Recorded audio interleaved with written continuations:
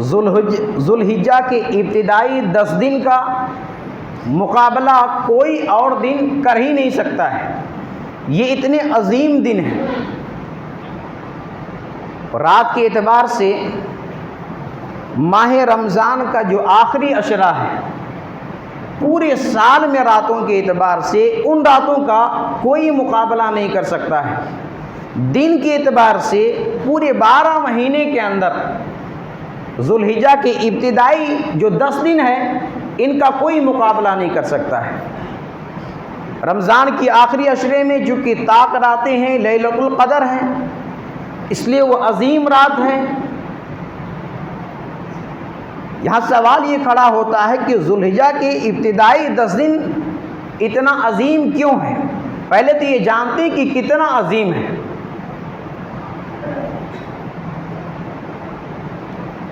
حضرت عبداللہ ابن عباس رضی اللہ عنہما بیان کرتے ہیں، اللہ کے نبی صلی اللہ علیہ وسلم نے فرمایا،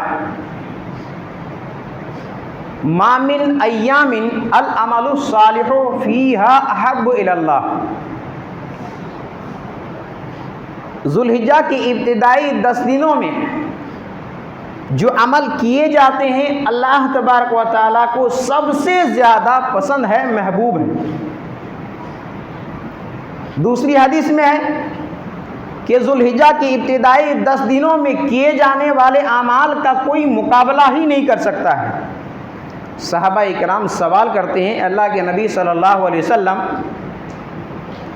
اگر اتنے ہی دن دیگر دنوں میں اللہ کے راستے میں جہاد میں گزارے جائیں تو کیا وہ بھی اتنا محبوب نہیں ہے؟ اللہ کے نبی صلی اللہ علیہ وسلم نے فرمایا، وَلَلْ جِہَادُ فِي سَبِيلِ اللَّهِ. دوسرے دنوں میں اگر کوئی جہاد میں بھی اتنے دن گزارے اور ان دنوں میں اگر کوئی نیک اعمال کریں پھر بھی اس کا مقابلہ نہیں کر سکتا ہے.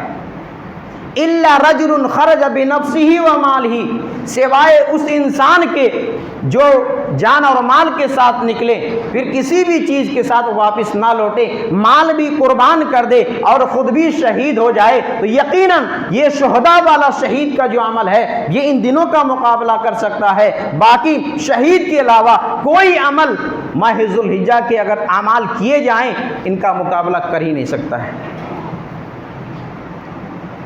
اتنا عظیم دن ہے. اور آج امت کا حال کیا ہے؟ آج امت اس طرح امت کی کوئی توجہ نہیں ہے. اتنا عظیم دن ہے، اس میں ہمیں کیا کرنا چاہیے ہمیں پتہ ہی نہیں ہے، اور پتہ ہے تو ہم اگنور کیے بیٹھے ہیں. ان ایام کو پانے کے بعد صحابہ کرام سلف و صالحین تابعین کے بارے میں آتا ہے کہ جیسے ہی انہیں یہ حدیث پتہ چلی، ان عظیم دنوں کا مرتبہ اور عظمت پتہ چلا، وہ اس سے زیادہ عبادت میں کسی اور دن میں محنت نہیں کرتے تھے. یعنی سب سے زیادہ دین کے اعتبار سے عبادتوں میں اگر محنت کرتے تو ذوالحجہ کی ابتدائی 10 دنوں میں کیا کرتے تھے. آخر یہ اتنا عظیم دن کیوں ہے؟ اتنا عظیم دن اس لیے ہے کہ آپ رمضان کے اندر آپ اللہ کی راہ میں مال خرچ کر سکتے ہیں، روزہ تو فرض ہے ہی، عمرہ بھی کر سکتے ہیں، لیکن ماہ رمضان میں آپ حج نہیں کر سکتے ہیں. ماہ رمضان میں یا دیگر مہینوں میں آپ قربانی نہیں کر سکتے ہیں. یعنی ان 10 دنوں کے اندر اسلام کی جو ٹاپ 10 عبادتیں ہیں اگر وہ دیکھا جائے تو ان ایام میں ادا کیے جاتے ہیں، جو کہ دیگر ایام میں ادا نہیں کیے جاتے ہیں. حج جو کہ اسلام کا ایک بڑا رکن ہے، انہی 10 دنوں میں ایک دن آتا ہے جو حج کے ارکان ادا کیے جاتے ہیں. تو حج بھی ہے، قربانی بھی ہے، نماز بھی ہے، صدقہ بھی ہے، عمرہ بھی ہے، روزہ بھی ہے.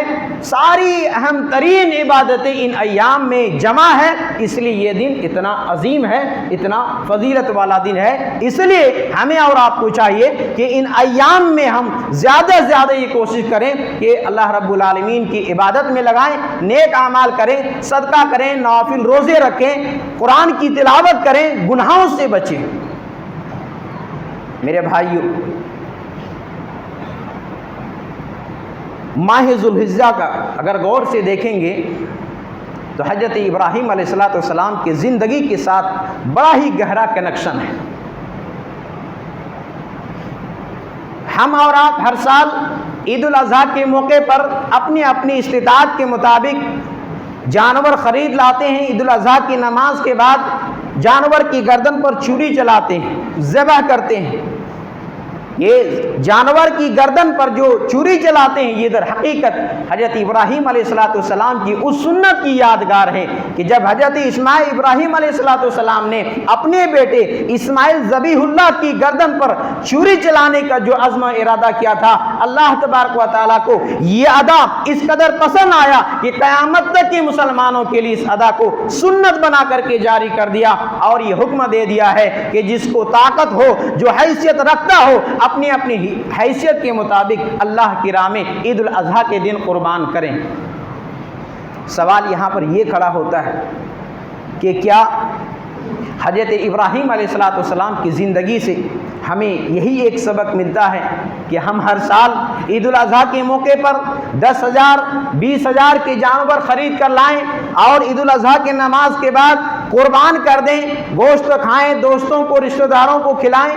کیا یہی ایک سبق ملتا ہے؟ کیا اتنا ہی سبق ہمیں حضرت ابراہیم علیہ السلام کی زندگی سے مل رہی ہے؟ نہیں میرے بھائیوں, حضرت ابراہیم علیہ السلام کی زندگی سے تو ہمیں بہت اسباق ملتے ہیں, بہت سارے سبق حاصل ہوتے ہیں.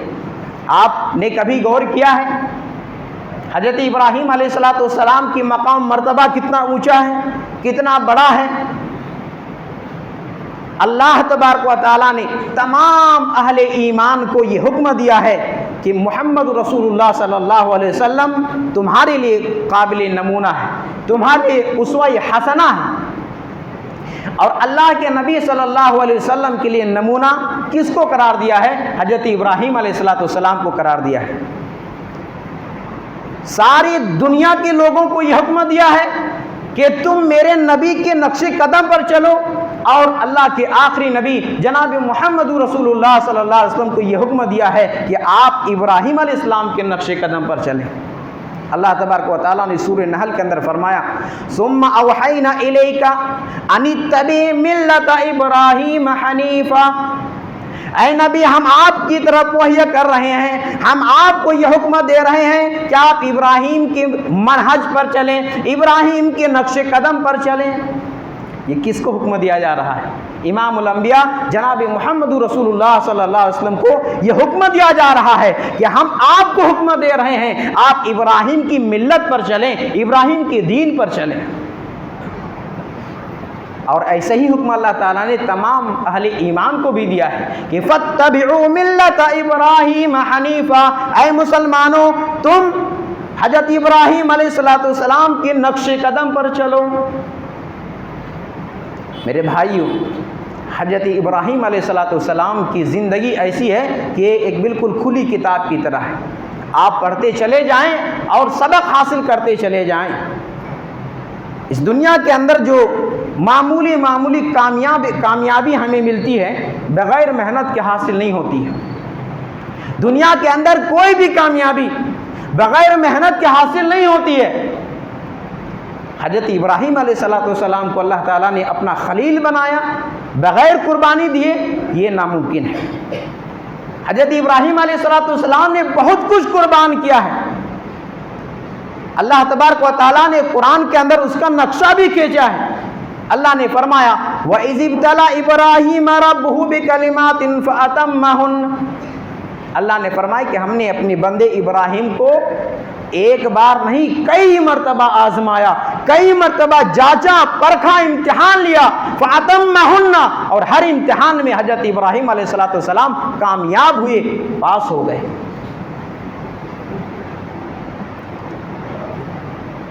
اللہ کے نبی صلی اللہ علیہ وسلم ایک حدیث کے اندر فرماتے ہیں کہ اللہ تبارک و تعالیٰ بندوں کی ایمان کے حساب سے آزماتا ہے. جس کا ایمان جتنا مضبوط ہوتا ہے اللہ تعالیٰ آزمائش اس کی وجہ سے ہی کرتا ہے.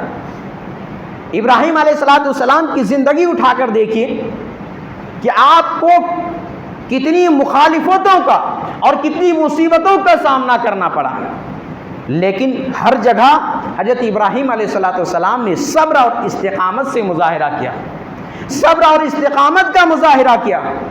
جان کی قربانی دینا پڑی تو پیچھے نہیں ہٹے, مال کی قربانی دینا پڑی پیچھے نہیں ہٹے، اولاد کو قربان کرنا پڑا پیچھے نہیں ہٹے، ہر جگہ اللہ کا حکم آیا آمنا اور صدقنا کہہ کے حضرت ابراہیم علیہ السلام نے جہاں جیسی جو حکم ملا ہے کر گزرے ہیں۔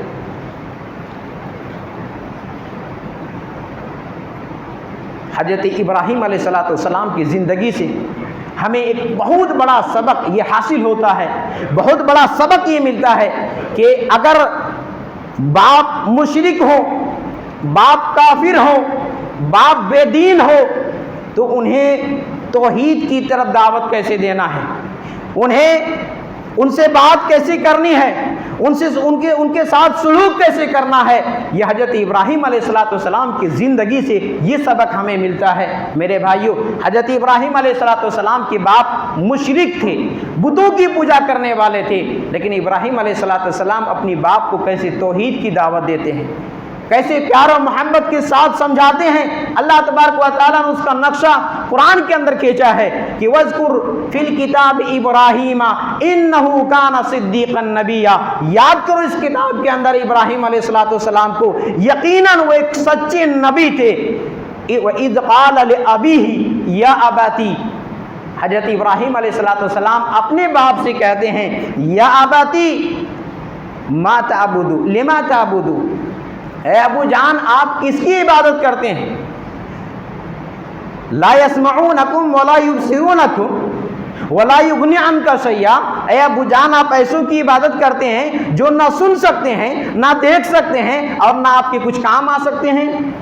یا اباتی انی قد جاءنی من العلم، اے ابو جان میرے پاس وہ علم آیا ہے جو آپ کے پاس نہیں آیا ہے، فاتبعنی، لہذا آپ میری پیروی کریں، میری اتباع کریں، اہدک صراطا سویا، میں آپ کو بالکل سیدھی راستے کی طرف رہنمائی کروں گا۔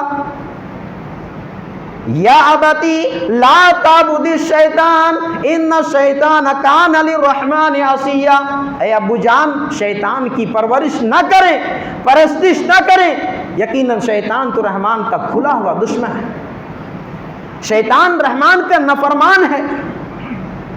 دیکھیے ایک بیٹا اپنے باپ کو کس انداز میں توحید کی دعوت دے رہے ہیں، رب کی طرف بلا رہے ہیں۔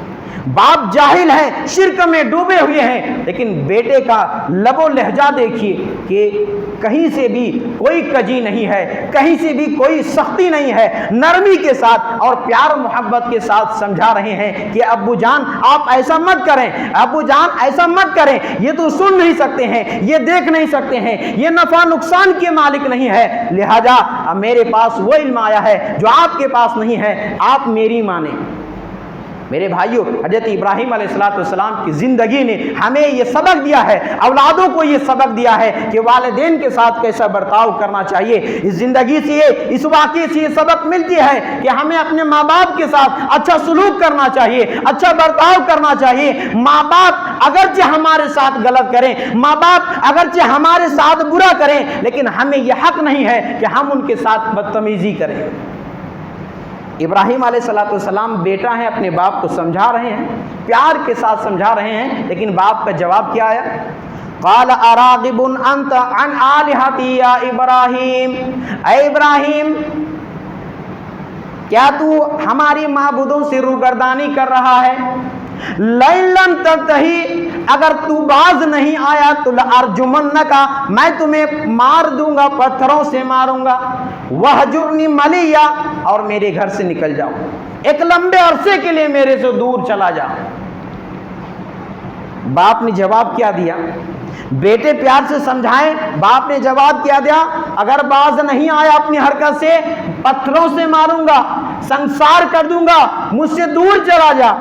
لیکن حضرت ابراہیم علیہ السلام نے ایک بہترین بیٹے کا کردار نبھایا، جانے لگے تو کہا کہ سلام علیکہ، کہا ابو جان آپ پر سلامتی ہو، سلام ہو آپ پر۔ اگر آج ایک باپ بیٹے سے کہہ دے کہ بیٹا یہاں سے نکل جا، بہت برداشت کر لیا میں نے، کیا بیٹا سلام کر کے جائے گا؟ بیٹے کا جواب کیا ہوتا ہے؟ جس اولاد کے لیے ماں باپ بہت کچھ قربان کرتے ہیں، اچھا مکان، گھر، گاڑی، سب کچھ دیتے ہیں، لیکن ایک وقت آتا ہے کہ وہی بیٹا جب کڑیل جوان ہو جاتا ہے اپنے باپ سے کہتا ہے کہ تو نے ہمارے لیے کیا کیا ہے، تو نے ہمارے لیے کیا ہی کیا ہے، ارے بوڑھے ہو گئے ہو، اپنی جگہ رہو، زیادہ بولو گے گھر سے نکال دیے جاؤ گے۔ یہ تو ہمارا حال ہے۔ ابراہیم علیہ السلام کو باپ نے یہ دھمکی دیا کہ گھر سے نکل جا، نہیں مانو گے تو سنسار کر دوں گا، مار دوں گا۔ ابراہیم علیہ السلام گھر سے نکل رہے ہیں لیکن دعا دے کے جا رہے ہیں، قال السلام علیک ساستغفر لک ربی، تم پر سلامتی ہو اور میں اپنے رب سے بخشش طلب کرتا رہوں گا، معافی مانگتا رہوں گا۔ یہاں ایک بات کلیئر کر دوں، ابراہیم علیہ السلام کو جب تک یہ علم نہیں تھا کہ مشرک کے لیے مغفرت کی دعا کرنا جائز نہیں ہے، دعا کرتے رہے۔ اور دوسرے آیت کے اندر ہے جب اللہ نے منع کر دیا تو دعا کرنے سے رک گئے۔ تو ابراہیم علیہ السلام نے ایک بہترین بیٹے کا کردار نبھایا ہے۔ ابراہیم علیہ السلام کی زندگی سے ہمیں بہت سارے ڈھیروں سبق حاصل ہوتے ہیں۔ ابراہیم علیہ السلام بڑھاپے کی عمر میں ہیں، باپ کو سمجھایا نہیں مانے، قوم والوں کو توحید کا درس دیا، قوم والوں سے کہا کہ ما تعبدون، اے ابو جان، اے قوم والے، تم کس کی عبادت کرتے ہو؟ هل يسمعونکم اذ تدعون، کیا یہ سنتے ہیں جب تم انہیں پکارتے ہو؟ او ينفعونکم ويضرون، کیا یہ تمہیں نفع نقصان پہنچاتے ہیں؟ یعنی اگر تم ان کی بات نہیں مانو تو کیا یہ تمہیں نقصان پہنچاتے ہیں، یا ان کی بات مان لو کیا تمہیں فائدہ پہنچاتے ہیں؟ قوم والے کا جواب کیا تھا؟ بالکل ہو بہو آج کے جواب کی طرح یہ جواب پہلے ہی دیا جا چکا ہے۔ قوم والے کا جواب ہے کہ قالوا بل وجدنا آباءنا كذلك يفعلون۔ قوم والوں نے یہ نہیں کہا کہ یہ معبود سنتے یا نہیں سنتے ہیں، قوم والے کا جواب یہ تھا ہم نے اپنے باپ دادا کو ایسے ہی کرتے ہوئے پایا ہے۔ آج عقیدے کی بات کریں، توحید کی بات کریں، شرک کی بات کریں، مسائل کی بات کریں، جواب یہ ملتا ہے ہمارے باپ دادا کا عقیدہ تو ایسا ہی تھا، باپ دادا یہی کرتے آئے ہیں۔ یہی جواب تو ابراہیم علیہ السلام کی قوم نے ابراہیم علیہ السلام کو دیا تھا کہ بل قالوا بل وجدنا آباءنا كذلك يفعلون، ہم نے اپنے باپ دادا کو، اپنے پروجوں کو اسی طرح کرتے ہوئے پایا ہے۔ میرے بھائیو، ابراہیم علیہ السلام نے ہمیں یہ سبق دیا ہے، اولاد نہ ہو تو اللہ سے لو لگاؤ اور اللہ سے دعا کرو۔ ابراہیم علیہ السلام جس طرح ایک بہترین بیٹے ہیں اسی طرح ایک بہترین باپ بھی ہیں۔ رب العالمین سے دعا کرتے ہیں رب حب لی من الصالحین۔ یہ عقیدہ حضرت ابراہیم علیہ السلام نے دیا ہے کہ عمر بڑھاپے کو پہنچ جاؤ لیکن اللہ کی رحمت سے نا امید نہیں ہونا، اللہ سے لو لگانا اور اللہ کی ذات سے خیر کی امید رکھنا۔ اولاد دینے والا اللہ رب العالمین ہے۔ دعا کرتے ہیں رب العالمین کی جانب سے بشارت ملتی ہے، فبشرناہ بغلام حلیم، بردبار لڑکے کی بشارت ملتی ہے۔ اسماعیل علیہ السلام پیدا ہو جاتے ہیں۔ اسماعیل علیہ السلام دنیا میں آئے، ابھی کچھ ہی دن گزرے تھے، دودھ پیتا ہوا بچہ ہے۔ اللہ رب العالمین کی جانب سے ایک اور آزمائش کا دور شروع ہوتا ہے۔ اللہ تبارک و تعالیٰ یہ حکم دیتا ہے کہ ابراہیم اپنے بیٹے اور اپنی بیوی ہاجرہ کو مکہ چھوڑ کر آؤ۔ وہ مکہ آج کا مکہ نہیں جہاں ساری سہولیات موجود ہیں، 4-5 ہزار سال پیچھے چلے جائیں اس وقت کا مکہ ذرا غور کیجئے کہ چٹیل میدان کے علاوہ کچھ نہیں تھا، نہ پانی پینے کے لیے پانی تھا، نہ درخت سائے کے لیے درخت تھا، نہ کوئی انسان وہاں آباد تھا، تنے تنہا اللہ کا حکم تھا کہ اس گھر کے پاس اس بے آب و گیا وادی میں چٹیل میدان میں چھوڑ کر آؤ۔ میرے بھائیوں ذرا اپنے کلیجے میں ہاتھ رکھ کر دیکھیں کہ ابراہیم علیہ السلام نے کس طرح اپنی اکلوتی اور بڑھاپے کی نشانی کو اللہ کی رضا کے لیے اس بے آب و گیا چٹیل میدان کے اندر اللہ کے حکم پاتے ہی چھوڑ کر چلے آئے۔ یہاں بھی آپ نے 100 نمبر سے پاس ہوئے، کامیاب ہوئی، ابھی بچہ چلنے پھرنے کے لائق ہوا۔ اللہ رب العالمین کی جانب سے ایک اور آزمائش کا دور اور سلسلہ شروع ہوا۔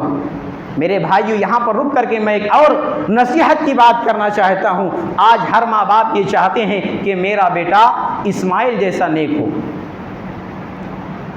ہر ماں باپ چاہتے ہیں میرا بیٹا میرا بات مانے، میری فرمانبرداری کرے، لیکن آپ بیٹا چاہ رہے ہیں اسماعیل جیسا نیک ہو، تو باپ بھی تو ابراہیم جیسا چاہیے، باپ بھی تو ویسے ہو کہ ابراہیم علیہ السلام جیسا کردار پیش کرے۔ باپ ابو جہل جیسا ہو اور بیٹا ہم چاہیں کہ اسماعیل جیسا نیک ہو، یہ کیسے ممکن ہے؟ میرے بھائیوں، اگر نیک اولاد چاہتے ہیں، آپ کے بیٹا چاہتے ہیں کہ آپ کی بات مانے، تو آپ کو پہلے نیک بننا پڑے گا، آپ کو پہلے اپنے والدین کی فرمانبرداری کرنا پڑے گا۔ یہ سلسلہ چلا آ رہا ہے، جیسے کرنی ویسے بھرنی۔ آپ والدین کے ساتھ اچھا سلوک نہیں کر رہے ہیں اور آپ یہ آس لگائے بیٹھے ہیں کہ آپ بڑھاپے میں آپ کے اولاد آپ کے سہارا بنے، یہ بڑا مشکل مسئلہ ہے۔ تیسرا سلسلہ آزمائش کا دور شروع ہوتا ہے۔ اللہ تبارک و تعالیٰ کی جانب سے یہ حکم دیا جاتا ہے کہ آپ اپنے بیٹے کو اللہ کی راہ میں ذبح کریں، قربان کریں۔ فلما بلغ معه السعي قال يا بني اني ارى في المنام اني اذبحك فانظر ماذا ترى۔ اللہ رب العالمین نے کیا حکم دیا؟ خواب میں حکم دکھایا کہ ابراہیم علیہ السلام اپنے ہاتھ سے اپنے بیٹے کو ذبح کر رہے ہیں۔ دیکھیے یہاں پر ایک مسئلہ کیا ہے، اللہ کا حکم تھا، حضرت ابراہیم علیہ السلام کو چاہیے تھا اللہ کا حکم پا کر کے بیٹے کو اٹھاتے، پکڑتے اور چھری چلا دیتے، لیکن باپ نے ایسا نہیں کیا۔ ابراہیم علیہ السلام نے اس بات کو بیٹے کے سامنے رکھا، کہا بیٹا معاملہ ایسا ہے، اللہ کی جانب سے حکم ہے، کام میں نے یہ دیکھا ہے کہ تجھے ذبح کر رہا ہوں، فانظر ماذا ترى، تیرا مشورہ کیا ہے، تیری رائے کیا ہے؟ جب باپ نے بیٹے سے مشورہ کیا تو بیٹے کا جواب سنیے، قال کہا یا ابت افعل ما تؤمر ستجدنی انشاءاللہ من الصابرین، اے ابو جان آپ کر گزریے، اللہ نے جو حکم دیا ہے آپ کر گزریے، انشاءاللہ آپ مجھے صبر کرنے والوں میں سے پائیں گے۔ تو دونوں کے اندر نیکی کا معاملہ ہونا چاہیے، ایسا نہیں کہ باپ نیک ہو اور بیٹا گنہگار ہو۔ دونوں اگر باپ نیک ہیں تو اس کا اثر بیٹے پر ضرور کہیں نہ کہیں پڑتا ہے۔ ابراہیم علیہ السلام نے جیسے یہ مشورہ رکھا تو اسماعیل علیہ السلام فوراً تیار ہو گئے، کہا کہ آپ کر گزریے۔ یہاں ایک سبق یہ ملتا ہے والدین کو کہ آپ اپنی اولاد جب اس لائق ہو، سمجھدار ہو جائے تو اولاد سے بھی مشورہ کریں۔ زبردستی کوئی معاملہ، کوئی حکم تھوپے نہیں کہ میں نے یہ فیصلہ کر دیا آپ کو کرنا پڑے گا، نہیں، آپ مشورہ کریں۔ آپ دین کے مسائل میں، دنیاوی مسائل میں، ہر چیز میں آپ ان کے سامنے رکھیں کہ معاملہ ایسا ہے، کیا کرنا ہے، ڈیسائیڈ آپ کو کرنا، لیکن مشورہ تو کریں، مشورہ میں خیر ہے، بھلائی ہے۔ یہاں بھی حضرت ابراہیم علیہ السلام 100 نمبر سے کامیاب ہوئی۔ آپ کو یاد ہوگا میرے بھائیوں کہ ابراہیم علیہ السلام کس قدر کٹھنائی اور مصیبتوں کا سامنا کرے ہیں کہ ایک باپ کو توحید کی دعوت دی، قوم والوں نے نہیں مانا، اور جب بتوں کے ساتھ وہ معاملہ ہوا تو قوم والے سارے اکٹھا ہو گئے اور کہا کہ ابراہیم علیہ السلام کو آگ کے حوالے کر دیا جائے۔ قوم والے سارے کے سارے لکڑیاں جمع کرنے لگے، اور آگ کتنی خطرناک آگ تھی کہ حافظ ابن کثیر رحمۃ اللہ علیہ تفسیر ابن کثیر کے اندر یہ نقل کر رہے ہیں کہ آگ اتنی خطرناک آگ تھی کہ اس محلہ کی کسی عورت کا اگر بچہ بیمار ہو جاتا تھا، وہ عورت نظر مانتی تھی کہ میرا بچہ اگر ٹھیک ہو گیا تو میں اتنا کیلو، اتنا لکڑیاں ابراہیم کو جلانے کے لیے صرف کروں گی، دوں گی۔ ذرا اندازہ لگا سکتے ہیں، ایک شخص کو جلانے کے لیے مرد تو مرد، عورتیں بھی پیچھے نہیں ہٹی، کہا کہ میرا بچہ ٹھیک ہو جائے میں اتنے نظر مانتی ہوں کہ اتنے لکڑیاں جلانے کے لیے دوں گی۔ حضرت ابراہیم علیہ السلام کو آگ میں ڈالا جانے والا ہے، آگ میں ڈالے جا رہے ہیں، لیکن ماتھے پر کوئی بل نہیں آ رہا ہے، ماتھے پر کوئی بل نہیں پڑ رہا ہے۔ آج ہمارا حال کیا ہے کہ 10,000 20,000 40,000 کے ہم جانور اللہ کی راہ میں قربانی کرتے ہیں، ہم بڑے خوش فہمی میں مبتلا ہو جاتے ہیں، ہم نے بڑے خوش فہمی میں مبتلا ہو جاتے ہیں۔ یہ 10 20 40 ہزار کی جانور کی قربانی، یہ کیا کمال کی بات ہے، اور اس میں بھی ہماری نیت کیا ہے یہ اللہ بہتر جانے۔ جو معاشرے کا جو حال جو خود مشاہدہ کیا ہے، میں نے جو خود مشاہدہ کیا ہے وہ یہ ہے کہ آج ہمارا یہ حال ہے کہ ہر محلے میں قربانی کے جانور خریدنے کے بعد گھمایا جاتا ہے، ٹہلایا جاتا ہے، نمائش کیا جاتا ہے۔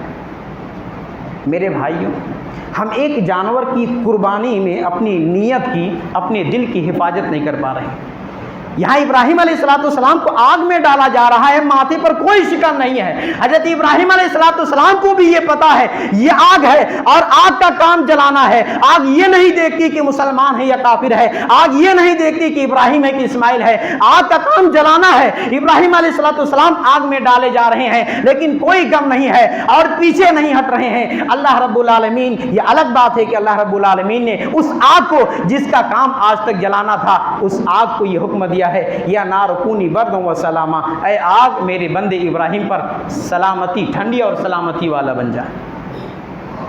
میرے بھائیو، اسی لیے تو اللہ تبارک و تعالیٰ نے ابراہیم علیہ السلام کے تعلق سے کہا ہے کہ وَإِذِ ابْتَلَىٰ إِبْرَاهِيمَ رَبُّهُ بِكَلِمَاتٍ فَأَتَمَّهُنَّ، ہم نے ابراہیم کو، اپنے بندے ابراہیم کو کئی بار امتحان لیا، کئی بار آزمایا، اور فَأَتَمَّهُنَّ، ہر امتحان میں میرا بندہ کامیاب ہوئے۔ اسی لیے اللہ نے فرمایا آگے قَالَ إِنِّي جَاعِلُكَ لِلنَّاسِ إِمَامًا، ہم نے آپ کو سارے جہاں کا امام بنایا، تمام جہاں کا ہم نے امام بنایا ہے۔ ابراہیم علیہ السلام نے اس وقت یہ دعا کی تھی قَالَ وَمِن ذُرِّيَّتِي، اے اللہ میری اولاد کو بھی امام بنانا۔ اللہ تعالیٰ نے کیا فرمایا قَالَ لَا يَنَالُ عَهْدِ الظَّالِمِينَ، ظالم یہ اس کا عہد، اس کا اہل نہیں ہو سکتا ہے۔ ابراہیم علیہ السلام کی شخصیت کتنی اونچی ہے، آپ کا مرتبہ کتنا بڑا ہے کہ آپ کی اتباع کرنے کے لیے اللہ نے محمد رسول اللہ صلی اللہ علیہ وسلم کا حکم دیا ہے، لیکن آپ سے اللہ تعالیٰ کیا فرما رہا ہے کہ لا ینال عہد الظالمین، ظالموں کو یہ عہد مل ہی نہیں سکتا ہے۔ یعنی پیغمبری کی ذاتی جو ہے کہ پیغمبر ہے، اس کی اولاد ہیں، یہ فلاں ہے، کچھ کام آ جائے، یہ جڑ ہی اللہ تعالیٰ نے کاٹ دیا ہے کہ پیر زادی کا معاملہ کہاں سے کامیاب ہو سکتا ہے کہ ہم فلاں کے پیر ہو جائیں، فلاں کے ولی کے ہم مرید ہو جائیں اور ہمارا بیڑا پار ہو۔ اللہ نے صاف کہہ دیا ہے، ابراہیم جیسی شخصیت کو یہ حکم دیا ہے کہ آپ کی اولاد اگر نافرمان ہے، آپ کی اولاد اگر ظالم ہوں گے تو اس عہد کو، اس منصوبے کو، منصب کو پا نہیں سکتے ہیں۔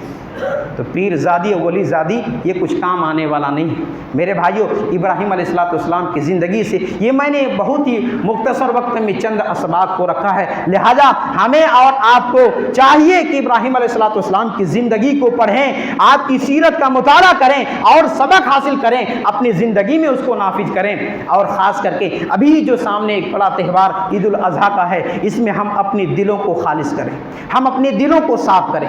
ہم اللہ کی راہ میں قربان کر رہے ہیں، جانوروں کو نمائش کرنا بند کریں میرے بھائیوں۔ یہ جانوروں کی نمائش، یہ دکھاوا اس لیے ہے تاکہ لوگوں کو پتہ چل جائے کہ فلاں کی جانور 50,000 کا ہے، بڑا شاندار ہے۔ کیا مطلب ہے؟ ہم اللہ کے لیے کر رہے ہیں یا لوگوں کو خوش کرنے کے لیے کر رہے ہیں؟ ابراہیم علیہ السلام کی زندگی سے یہ سبق ہمیں مل رہا ہے کہ ہر معاملے میں ہمیں اللہ کو راضی کرنا ہے، بیوی بچوں کو راضی نہیں کرنا ہے کہ بیوی بچہ خوش ہو جائے، رشتہ دار خوش ہو جائے، محلے والے خوش ہو جائیں۔ نہیں میرے بھائیوں، ہر معاملے میں ہمیں، ہر عمل میں ہمیں چاہیے ہم اللہ تعالی ہمارا کیسے خوش ہو جائے، دنیا ناراض ہو جائے تو کوئی بات نہیں ہے، لیکن رب خوش ہونا چاہیے، ہمیں اس پر غور و فکر کرنا چاہیے۔ انہی چند باتوں کے ساتھ میں اپنی بات کو ختم کرتا ہوں۔ آخر میں رب العالمین سے دعا کرتا ہوں کہ بار الہ ہم سب کو صراط مستقیم پر چلنے کی توفیق عنایت فرما۔ العالمین ہم سب کو سنت کے مطابق قربانی کرنے کی توفیق عنایت فرما۔ العالمین یہ بہت ہی عظیم ایام ہے، بہت ہی عظیم دن ہے، ان دنوں میں ہم سب کو زیادہ سے زیادہ نیک اعمال کرنے کی توفیق عنایت فرما۔ اللہ ہمارے خطاؤں گناہوں کو معاف فرما، ہم سب کی ساری عبادتوں کو قبول فرما۔ اللہ اس ملک کے اندر امن و شانتی پیدا فرما دے، جو امن و شانتی کو بھنگ کر رہے ہیں اللہ تو ان کو نیست نابود کر دے، اس دنیا کے اندر ان کا برا سے برا انجام ہو، یہ عبرتناک یہ منظر ان کو دکھائے، یہ خوف ان کے دلوں میں پیدا فرمائے، اور اس ملک کے اندر امن و شانتی پیدا فرمائے۔ آمین رب العالمین۔